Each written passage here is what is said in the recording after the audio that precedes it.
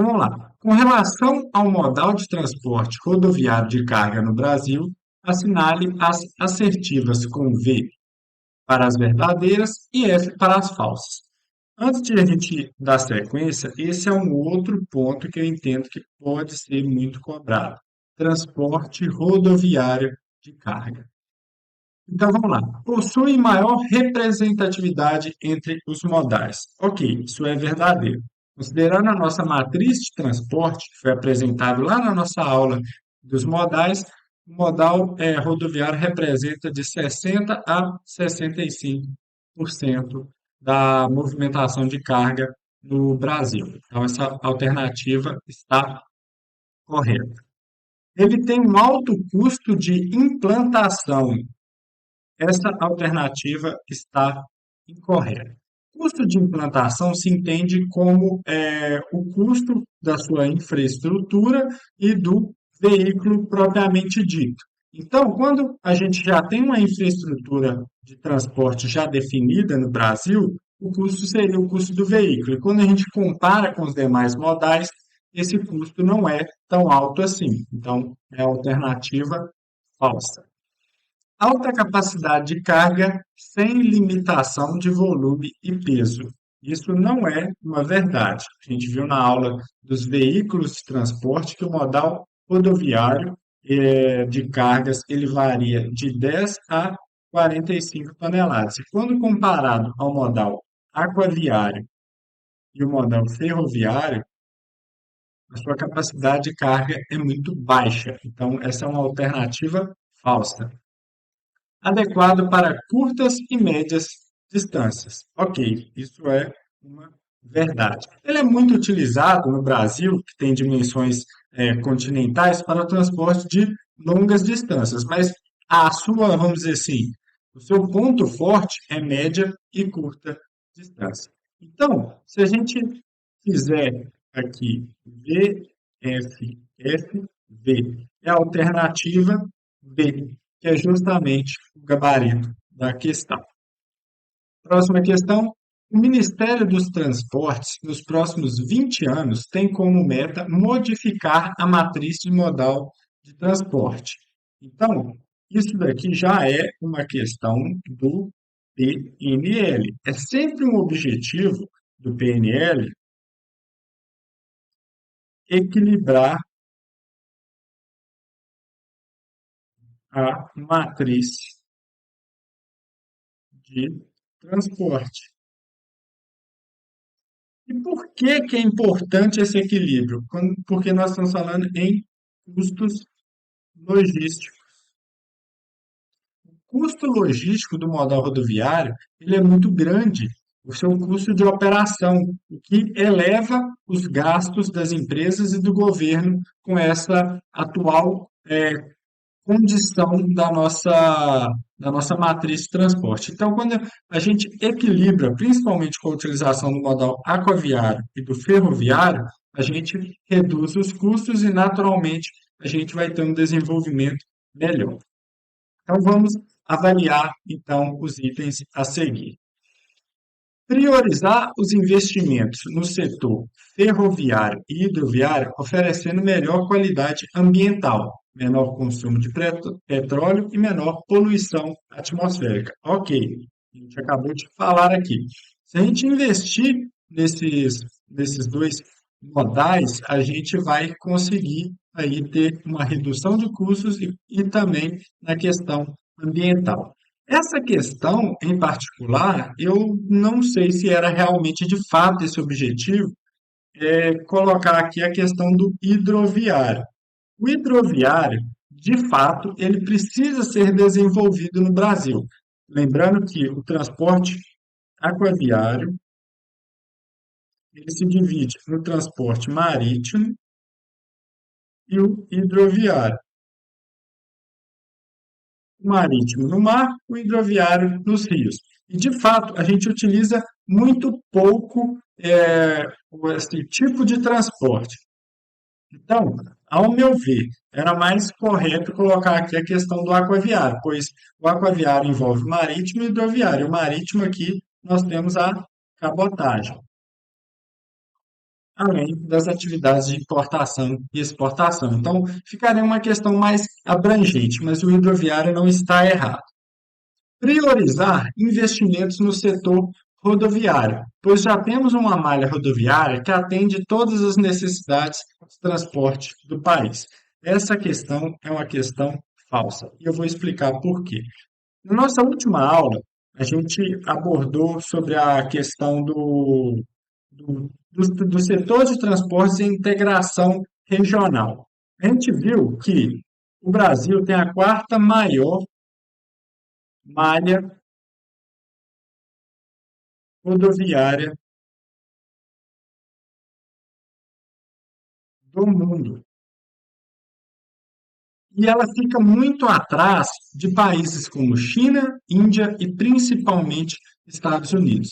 E quando a gente fala da nossa condição das nossas estradas, é uma condição muito precária, e que nós temos aproximadamente 80% das nossas estradas não pavimentadas, ou seja, sem nenhum tipo de cobertura de asfalto ou concreto. Então, quando fala que a gente já tem uma malha que atende às necessidades, nós estamos falando errado. E que fala em priorizar os investimentos no setor rodoviário. Então, não tem que ter essa priorização. Deve-se haver investimentos no sentido de ampliar a nossa malha e melhorar a sua condição, mas não deve ser a prioridade. A prioridade deve ser equilibrar a matriz de transporte. E falar que nós temos uma malha rodoviária que atende às necessidades, nós estamos falando algo errado. Priorizar os investimentos no setor aeroviário, pois pode-se atender todas as necessidades com maior rapidez e segurança. De fato, as necessidades com maior rapidez e segurança está ok, só que não é correto priorizar o investimento num modal que mundialmente não é muito utilizado para o transporte de cargas, ele é muito utilizado para o transporte de pessoas. Então, e além disso, mesmo com um alto investimento, o custo desse tipo de transporte é muito alto. Então, nós não iríamos ter um desenvolvimento tão significativo. Então, também é uma alternativa errada. De modo que a única correta é a alternativa, o item 1, alternativa A. Aqui é uma questão que foi anulada da prova do DENIT, mas vamos dar uma olhada e tentar interpretar o que ela quis dizer. Estudos para implantação de trens de alta velocidade incorporam regiões de elevada densidade demográfica.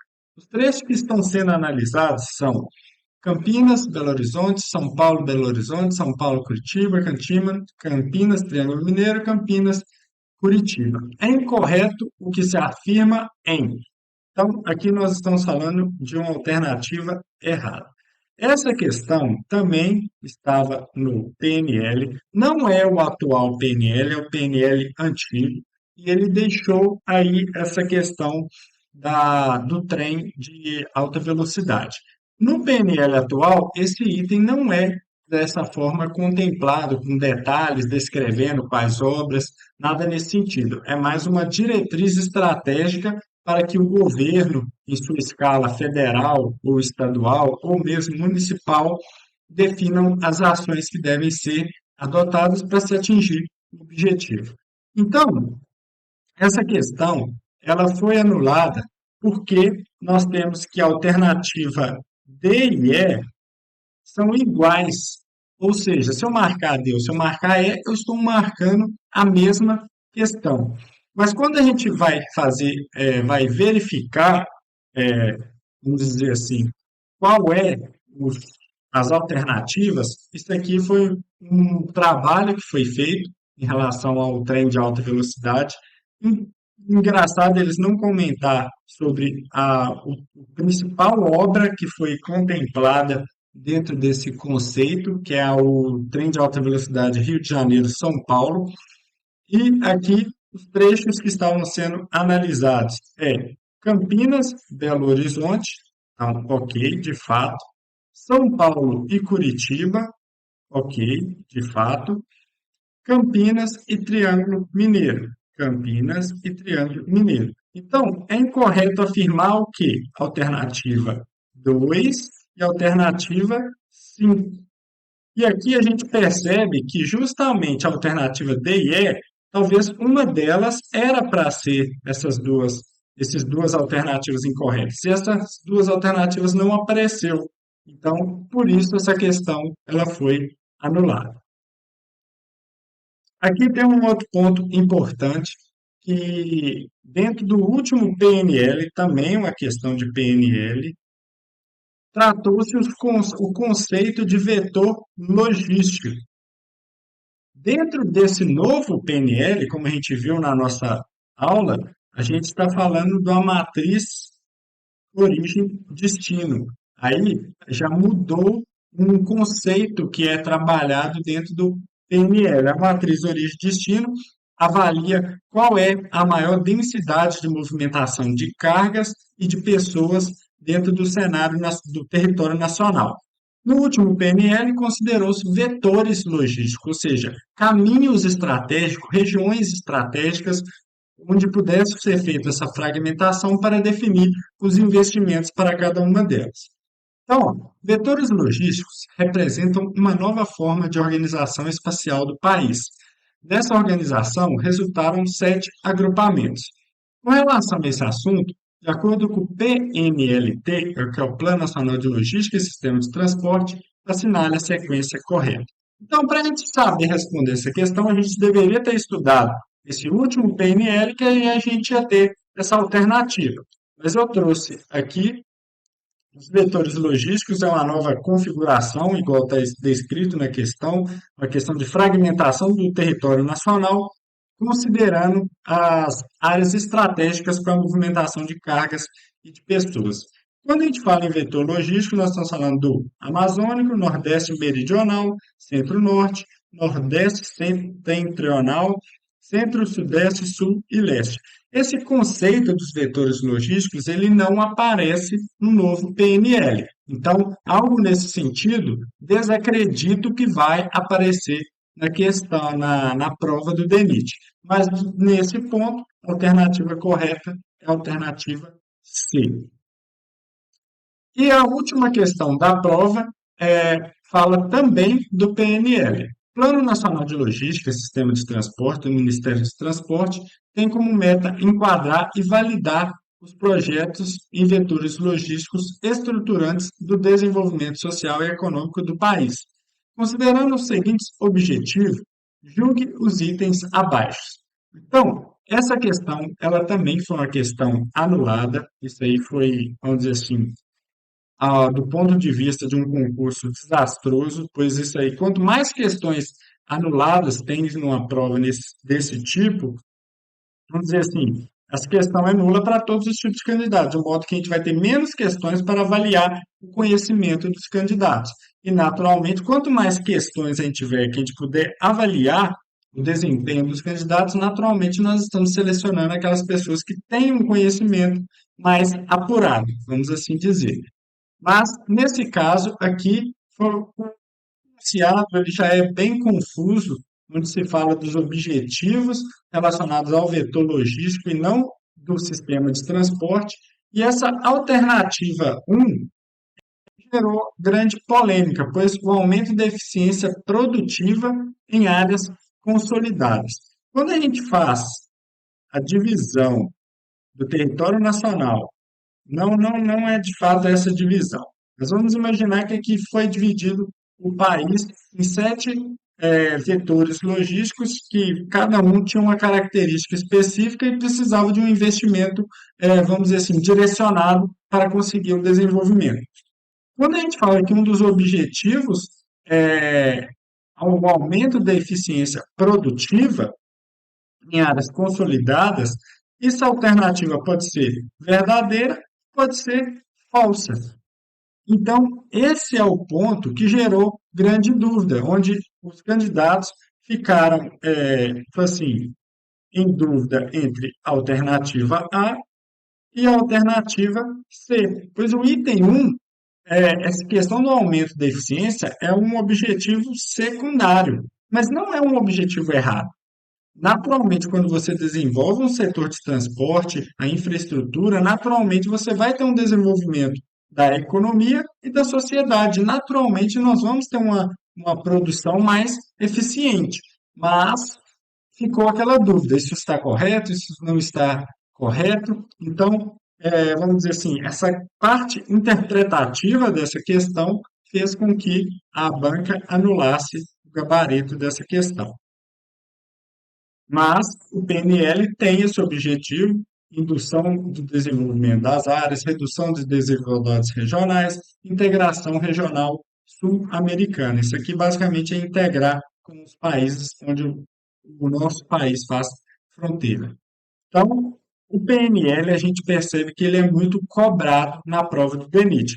Entende-se que, mudando a banca para FGV, essa não será modificada. Então, por isso que nós vamos dar um foco nas questões voltadas ao planejamento nacional de logística. E agora nós vamos conhecer um pouco das questões da banca FGV. A banca da FGV, ela tem por característica fazer vamos dizer assim, a união da interpretação do texto, do que a questão está solicitando, e a técnica, ou seja, ela quer saber se o candidato ele interpretou corretamente a questão e se ele tem conhecimento técnico a respeito daquele assunto. Então, essa é uma questão que eu achei muito interessante, foi no concurso da Câmara dos Deputados, e ela abrange diversos conceitos. Vamos lá. Uma carga deve ser transportada entre dois pontos, A e B, podendo-se utilizar o modo rodoviário, diretamente do ponto A ao B, ou os modos ferroviário ou aquaviário. Nesses dois últimos casos, é necessário uma integração com o modo rodoviário, do ponto A à estação de embarque desse modal e da estação de desembarque desse modal até o ponto B. Então, até aqui nós já falamos em modal de transporte e de intermodalidade. E ele trouxe uma coisa que muitas das vezes passa batido quando a gente vai conversando a respeito de intermodalidade, que o modal de transporte aquaviário, ferroviário e o aeroviário, eles não fazem o transporte porta a porta. Ou seja, eles precisam de que do transporte da estação ferroviária, do porto ou do aeroporto ser feito com o modal rodoviário. Quando se chegar a um aeroporto, um porto ou uma estação ferroviária próxima ao destino, o trajeto ele deve ser completado com o modal rodoviário. Então, isso é algo extremamente relevante. Então, vamos lá. As distâncias de transporte, custo unitário de combustível e custo fixo da infraestrutura para cada modal são indicados na primeira tabela a seguir. Então, aqui nós temos os três modais: aquaviário, ferroviário e rodoviário. Cada um tem um custo fixo diferente. Ficou até errado na questão, custo fixo. Então, o que que fala aqui? Que o custo fixo do rodoviário ele é o menor, do ferroviário é o maior, do aquaviário ele é o médio. Aqui nós temos a distância total por modal. Basicamente ficou aqui na casa dos 500 quilômetros. A distância é a mesma, que vai alterar são as distâncias tanto da estação ferroviária quanto do porto. E aqui tem o custo unitário de transporte, ou seja, o custo variável. Que aqui nós temos que o aquaviário é o menor, depois o ferroviário e o mais caro, o rodoviário. Beleza. Em relação à conexão entre os pontos A e B e os terminais de transbordo para os modais aquaviário e ferroviário, a tabela a seguir indica as distâncias de conexão e custo de transbordo, já considerando a soma do embarque e desembarque. O custo unitário para esse tipo de transporte rodoviário complementar é de R$ 5,00 o quilômetro. E ao utilizar esses dois modos, não se aplica o custo do uso da infraestrutura rodoviária, indicado na primeira tabela. Então, aqui nós temos as distâncias entre o porto e, e o destino e a origem, assim como do terminal ferroviário. e aqui o custo do transbordo, que é a operação de carga e descarga. Então, ó, vamos lá. Vamos analisar essa questão. É uma questão que envolve cálculo matemático, interpretação, que ali indicou muitas informações, e também a gente ter o conhecimento dessa questão de custo do modal de transporte. Então, sem realizar nenhum cálculo, nós sabemos que, quando comparado esses três modais, o aquaviário seria o mais barato, seguido pelo ferroviário e depois o rodoviário. Mas nós temos que fazer os cálculos para verificar. Basicamente, qual que vai ser a formulação aqui?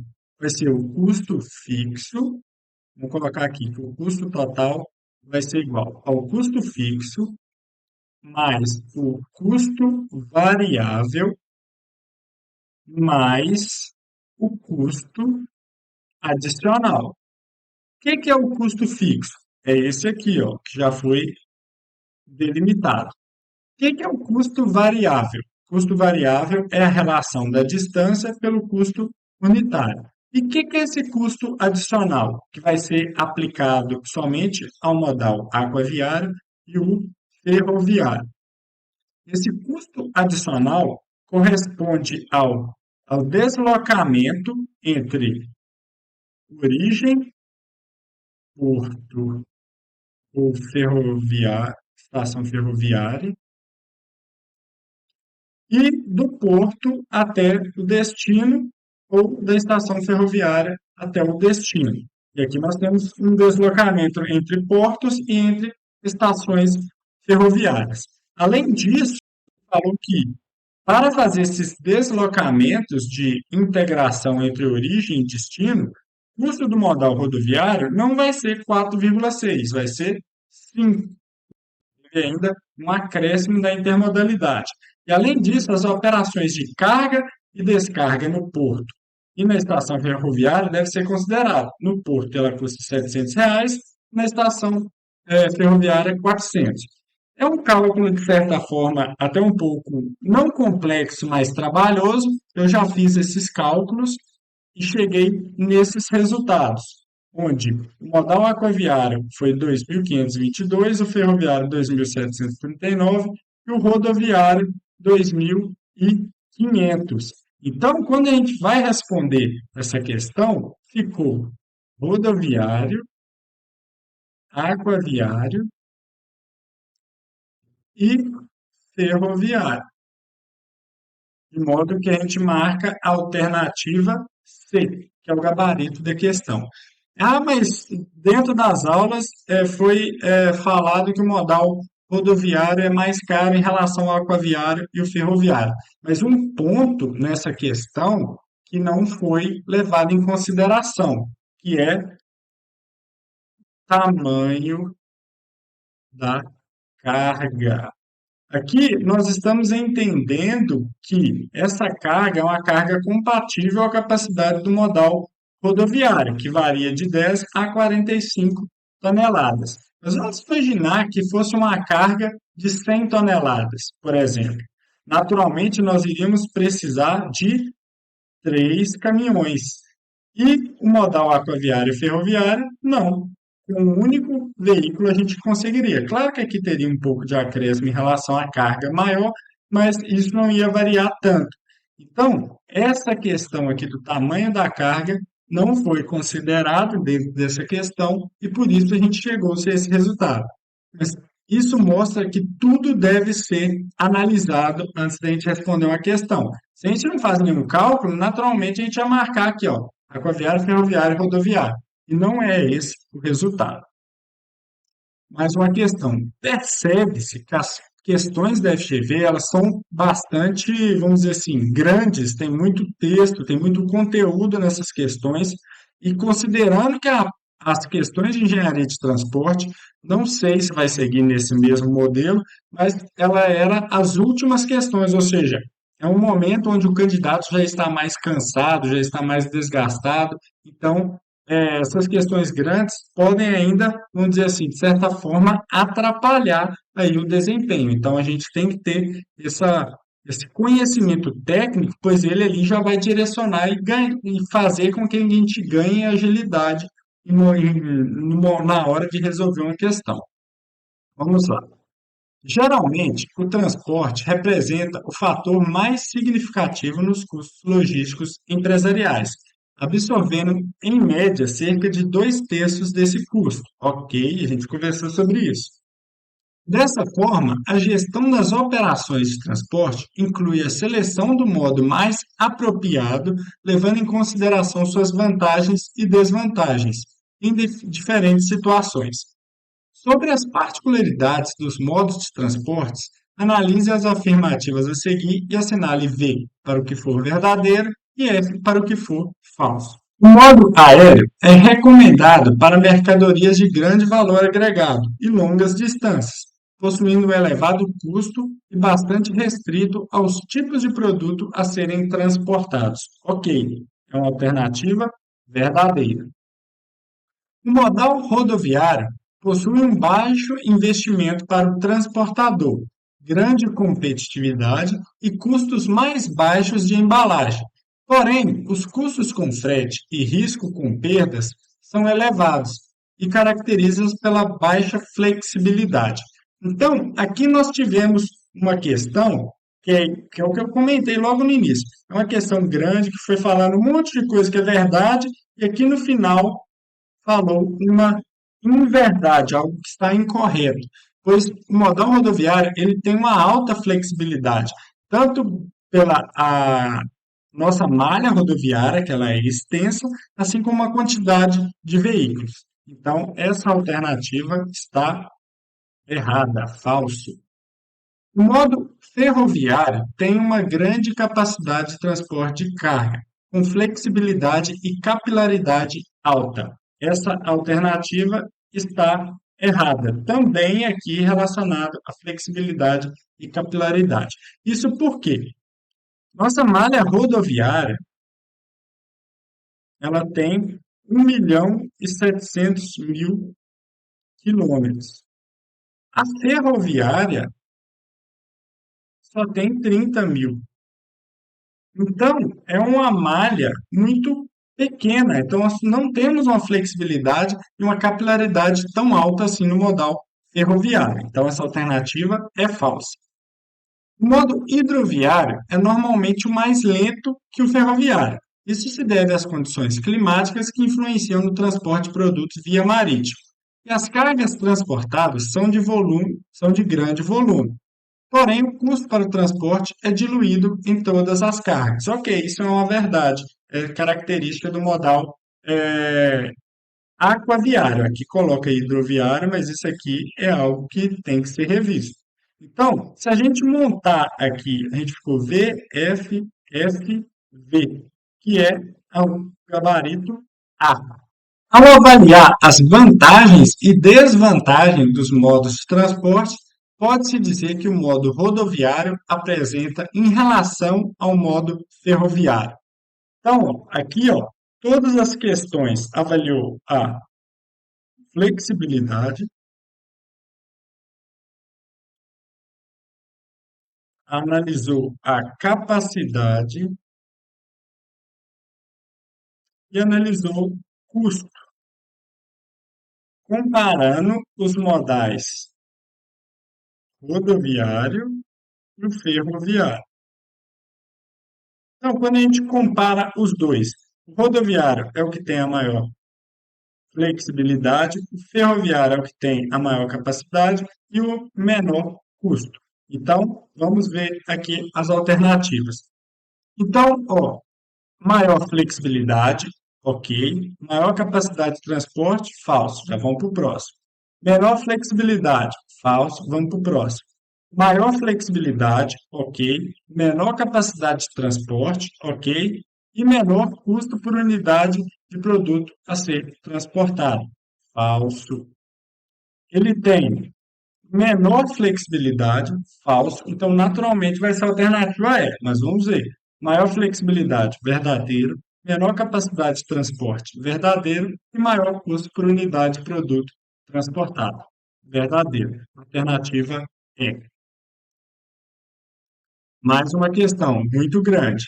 Em relação ao conceito de intermodalidade e multimodalidade no transporte de cargas, assinale as afirmativas a seguir para V verdadeiro e F para falso. Vamos lá.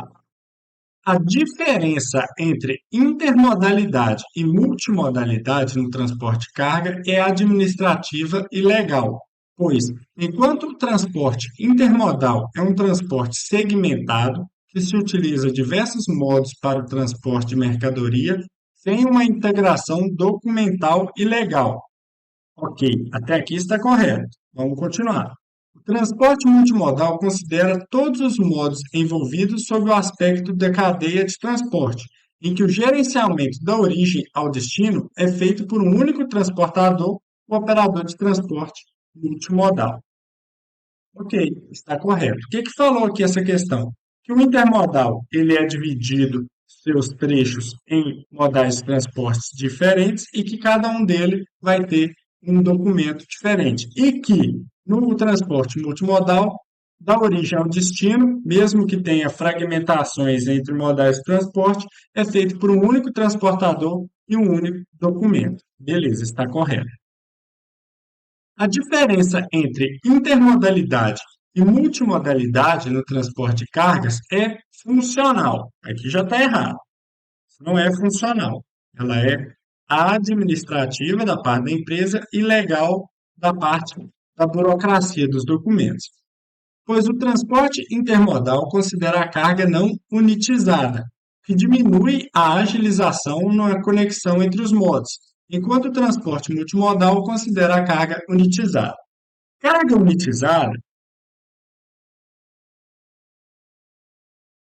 é um conceito da logística de armazenagem onde a gente vai unificar diferentes produtos em um único volume.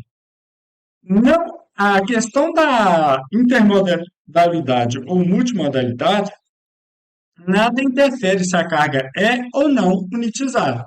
Então, essa alternativa é falsa.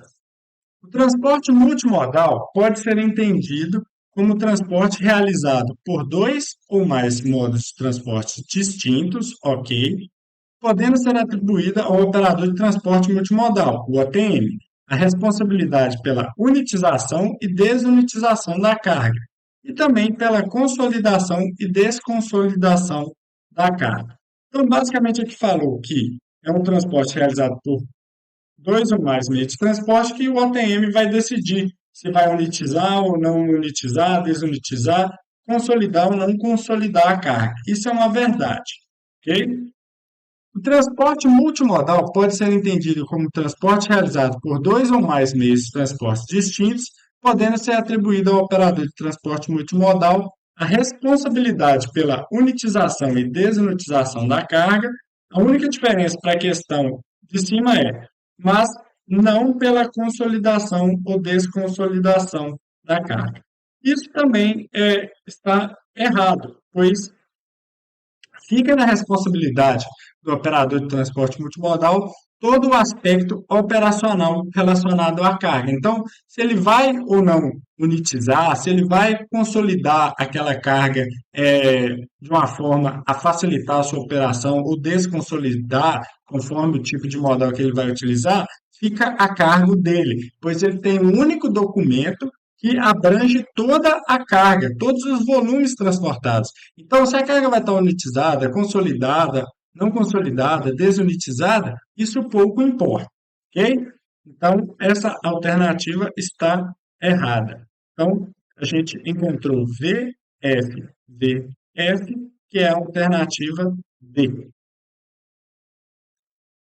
A escolha adequada dos modais a serem utilizados para o transporte de materiais é fundamental para o sucesso logístico de uma operação. Beleza. Nesse sentido, assinale o modal mais adequado para o transporte de uma carga de grande volume, de baixo custo, ainda que em baixa velocidade. Então, isso é uma característica do modal ferroviário e do aquaviário. Vamos analisar aqui as alternativas. Modal rodoviário, errado. Modal aéreo, errado. Modal dutoviário, errado. Intermodal, isso nem é um modal de transporte, errado. Alternativa é ferroviária. Se tivesse alternativa ferroviária e aquaviário, aí ia complicar a situação. Tanto que aqui, dentro vamos dizer assim, da elaboração da questão, ele nem colocou o aquaviário, ele colocou intermodal, uma alternativa incorreta. Depois, se colocasse aquaviário, provavelmente essa questão seria anulada, a não ser que ele colocasse mais uma característica que ia distinguir o modal ferroviário e o modal aquaviário. Com relação às características de transporte multimodal de carga, analise as afirmativas a seguir. Então, nós estamos falando do transporte multimodal. Sem ler, a gente sabe que é um transporte que usa dois ou mais modais, que é feito por um único documento, com uma responsabilidade, que é o operador de transporte multimodal. O transporte é realizado por diferentes operadoras. Errado. Emite-se um documento único de transporte cobrindo o trajeto total da carga. Verdade. Diferentes modais de transporte são empregados em cada trecho. Verdade. Alternativa 2 e 3. Alternativa D. É o gabarito da questão. Então, essa questão de multimodalidade e intermodalidade é uma questão muito simples de ser entendido. Porém, quem não tem esse conhecimento, naturalmente, se aparecer alguma questão nesse sentido, ele não vai saber do que se trata e muito provavelmente ele vai errar a questão. Mas quando a gente conhece, tem o conhecimento do que é uma intermodalidade e uma multimodalidade, naturalmente, quando esse conceito aparece em uma questão, a gente consegue responder com uma certa facilidade. Mais uma questão da FGV. A escolha do modal de transporte carga pelo gestor deve ser feita levando-se em consideração o tipo de carga, a disponibilidade, a capacitação, frequência e consistência do modal, a velocidade do transporte no respectivo modal e os custos do frete unitário de cada modal. Ou seja, o que ele falou? Que tem que ser feita uma análise por completo. Antigamente, essa análise era feita simplesmente no custo. O que é mais barato eu vou escolher. Não. Aqui agora nós avaliamos carga, disponibilidade, capacitação da empresa, velocidade, custo. Então, tudo isso é levado em consideração. Com base nessas informações e com atenção ao contexto brasileiro, isso aqui é muito importante, principalmente no tipo de prova que vai ser aplicado no DENIT. Essa questão do contexto brasileiro, ela deve ser sempre levada em consideração. É correto afirmar que a escolha pelo modal rodoviário, ela é vantajosa quando? Então, sem ler as questões, a gente deve fazer uma avaliação. Quando que é interessante eu utilizar um modal rodoviário? Curtas e médias distâncias é o primeiro fator, pois aí não é necessário um modal, vamos dizer assim, mais potente, como o ferroviário e o aquaviário. Quando a minha carga ela não tem um peso tão elevado, ou seja, uma carga que varia de 10 a 45 toneladas. Esses são alguns dos critérios. Vamos ler as alternativas. Nas curtas distâncias, abaixo de 300 quilômetros, quando o frete unitário é de menor valor em relação aos demais modais, e quando a capilaridade para movimentar e entregar a carga até o destino final é necessária. Ou seja, aqui também tem a questão do porta a porta. Ok, essa alternativa aqui está correta, mas vamos ler as demais. Nas curtas distâncias, abaixo de 300 quilômetros, quando o frete unitário é de elevado valor em relação aos demais modais. Então, isso aqui já está errado. Nas curtas distâncias, acima de 300 quilômetros, isso aqui já está errado. Quando o frete unitário é de menor valor em relação aos demais modais e quando a capilaridade para movimentar e entregar a carga até o destino final é necessária. Então, essa também está errada. Nas longas distâncias, acima de 900 quilômetros, errado. Nas curtas distâncias, acima de 900 quilômetros, errado. Então, naturalmente, nós estamos marcando a alternativa A. Então, essa questão do modal de transporte é muito importante a gente conhecer as características que diferenciam o modal rodoviário, ferroviário, aquaviário, o aéreo.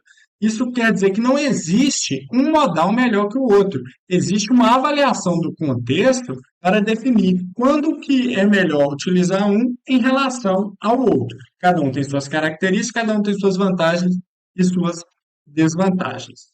Agora nós vamos fazer questões sobre a cabotagem, que é uma aposta que eu estou fazendo em relação às questões. Por quê? A cabotagem, como a gente viu na aula e nas questões relacionadas ao modal de transporte, é um tipo de transporte que vem crescendo muito no Brasil, na casa de 15% ao ano, e é o responsável por já promover uma mudança na matriz de transporte, ou seja, de acordo com os dados da CNT, hoje o Brasil tem como segundo modal de transporte o modal aquaviário, muito em função do crescimento da cabotagem. Então é algo que a iniciativa privada, o governo, está tendo um olhar bem crítico e intenso em relação a esse conceito, e é algo que eu entendo que possa vir a aparecer, principalmente nas questões aí talvez voltadas para o PNL. Então vamos lá. Primeira questão, também da FGV. O artigo número 1 da Lei 14.301 do ano de 2022 institui o Programa de Estímulo ao Transporte por Cabotagem, a BR do Mar, e seus objetivos. Nesse sentido, analise as afirmativas a seguir e assinale V para o que for verdadeiro e F para o que for falso. Então vamos lá. Ampliar a oferta e melhorar a qualidade do transporte por cabotagem. É o que a lei está falando, correto? Isso é uma verdade. Incentivar a concorrência e competitividade na prestação de serviços de transporte por cabotagem. Ok, também está correto. Incentivar a formação e a capacitação e a qualificação de marítimos nacionais. Correto? Que é uma característica desse tipo de transporte. Ele deve ser operacionalizado por empresas brasileiras.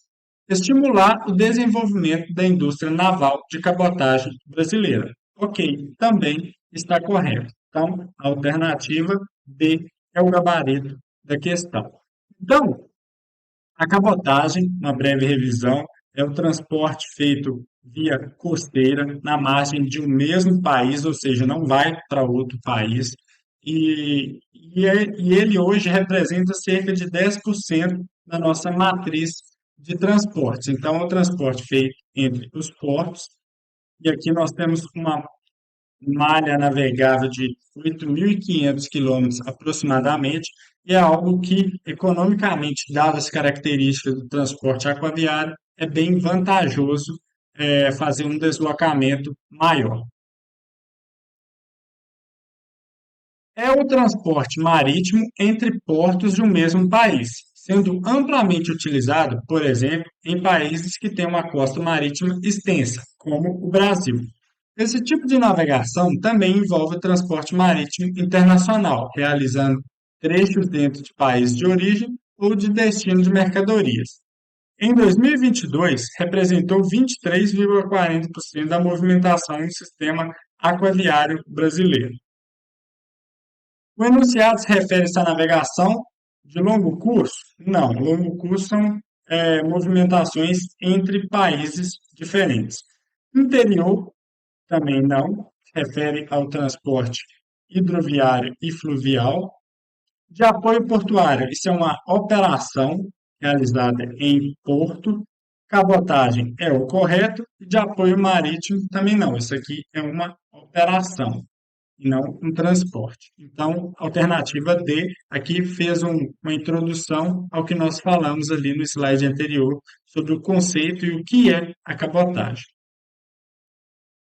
No contexto da matriz de transporte brasileira, analise o seguinte trecho. Cabotagem é uma atividade intrínseca do país, que esteve presente desde a colonização. Ela desempenhou um papel relevante no transporte de mercadorias durante séculos. Porém, nas últimas décadas, perdeu importância relativa em comparação a outros meios de transporte, de mercadorias, como o rodoviário. Apesar de ser um meio de transporte de cargas mais competitivo, menos poluente e com menor número de acidentes. Então, fonte do BNDES. Diante das informações do Banco Nacional de Desenvolvimento, constata-se a relevância histórica e econômica da cabotagem como modalidade de movimentação de cargas no Brasil. O que é a cabotagem? Transporte de carga viva? Errado. Transporte de cargas através de navegação entre portos de um mesmo país ou a pequenas distâncias, no qual não se perde de vista a costa do país. Verdade. Transporte de cargas em carroças. Errado. Transporte de cargas através de bondes elétricos. Errado. Transporte de cargas através de navegação de diferentes continentes. Errado. Então, quando a gente conhece o conceito da cabotagem, as questões voltadas para esse conceito também ficam muito fáceis. Entretanto, quem não souber o que é, naturalmente não vai conseguir responder as questões. Agora, já indo para o final da nossa aula, nós vamos responder questões voltadas ao PNL. Como a gente viu na prova, na última prova do DENIT, tem muitas questões voltadas para o PNL. Então, é algo que certamente vai cair e pode ser que elas abranjam a maior quantidade de questões voltadas para a engenharia de transportes. Beleza? Nacional de Logística e de Transportes, PNLT, representa a retomada do processo de planejamento no setor de transporte, dotando-o de uma estrutura permanente de gestão, contendo os principais dados de interesse do setor, tanto na oferta quanto na demanda. A esse respeito, analisa as afirmativas a seguir.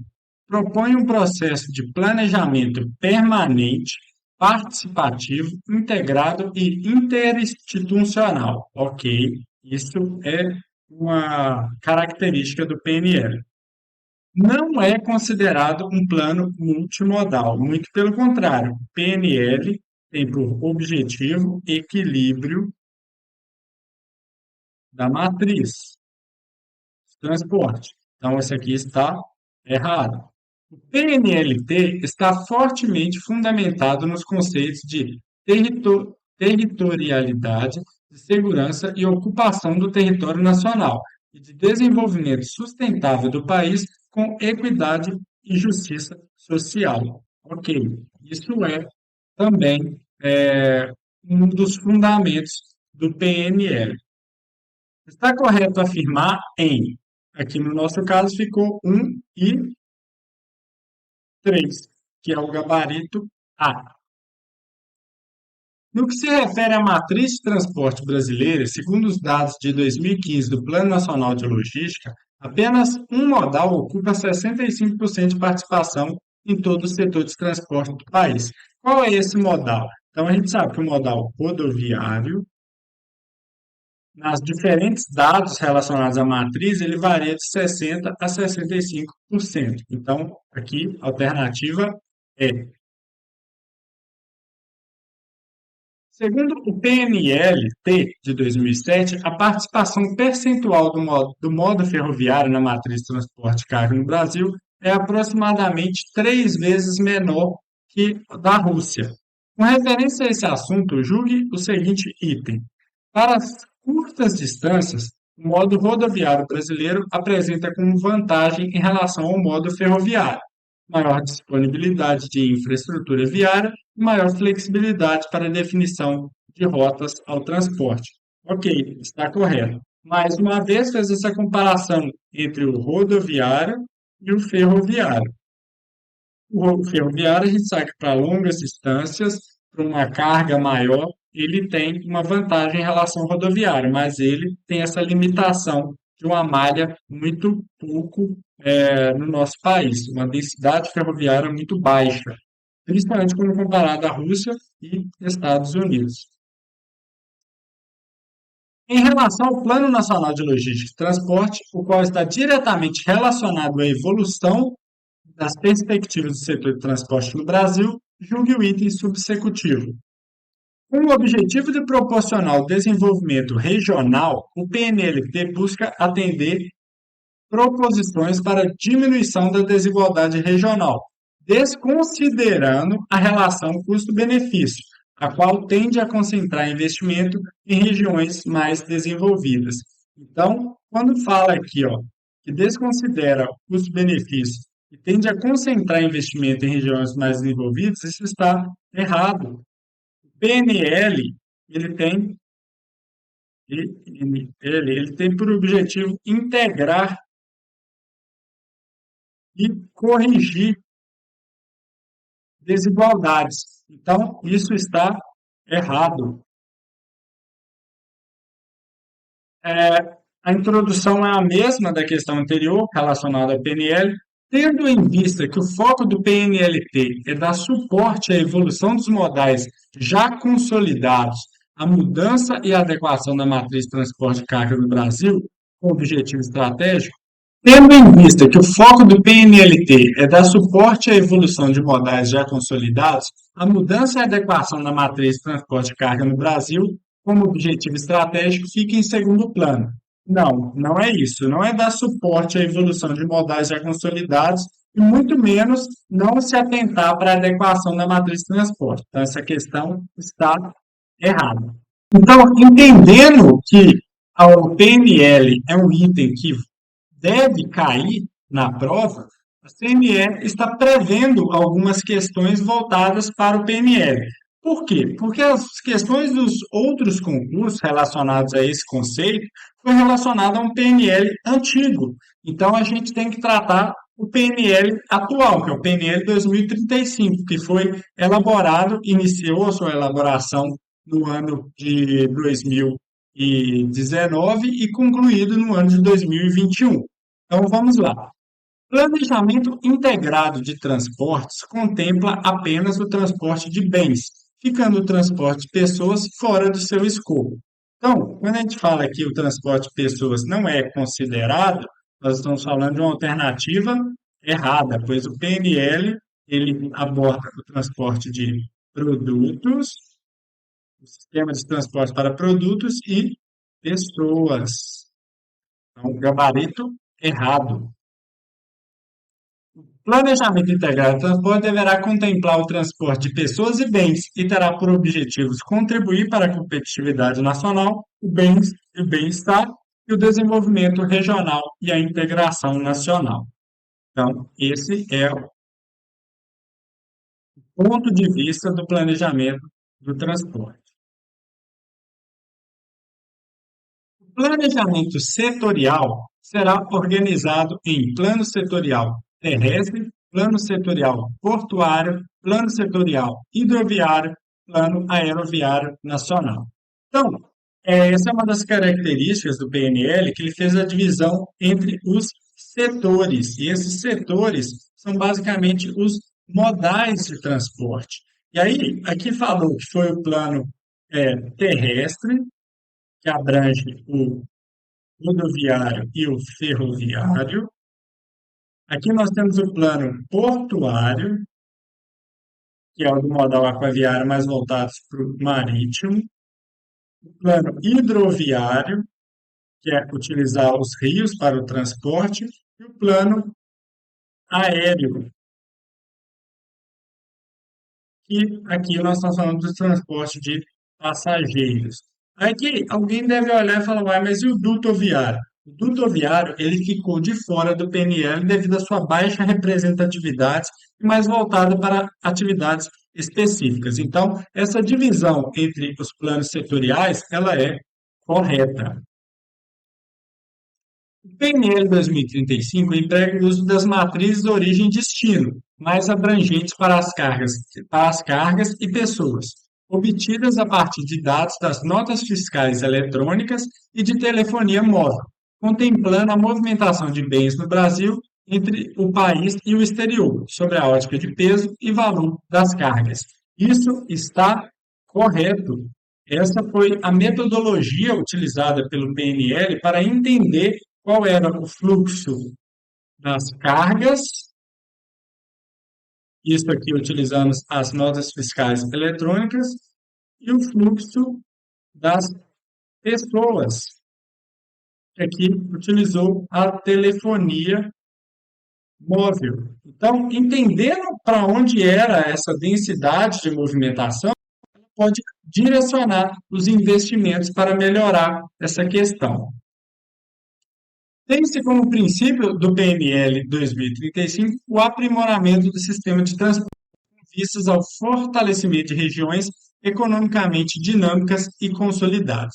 Quando a gente lê essa questão, naturalmente tende a acreditar que é uma alternativa correta. Mas aqui tem um item que aqui nós, de certa forma, para verificar, já que são as últimas questões, se a atenção do concorrente está alta, que aqui falou em princípio. Na nossa aula de PNL, a gente viu que o PNL tem objetivos, tem princípios, tem diretrizes e tem metas.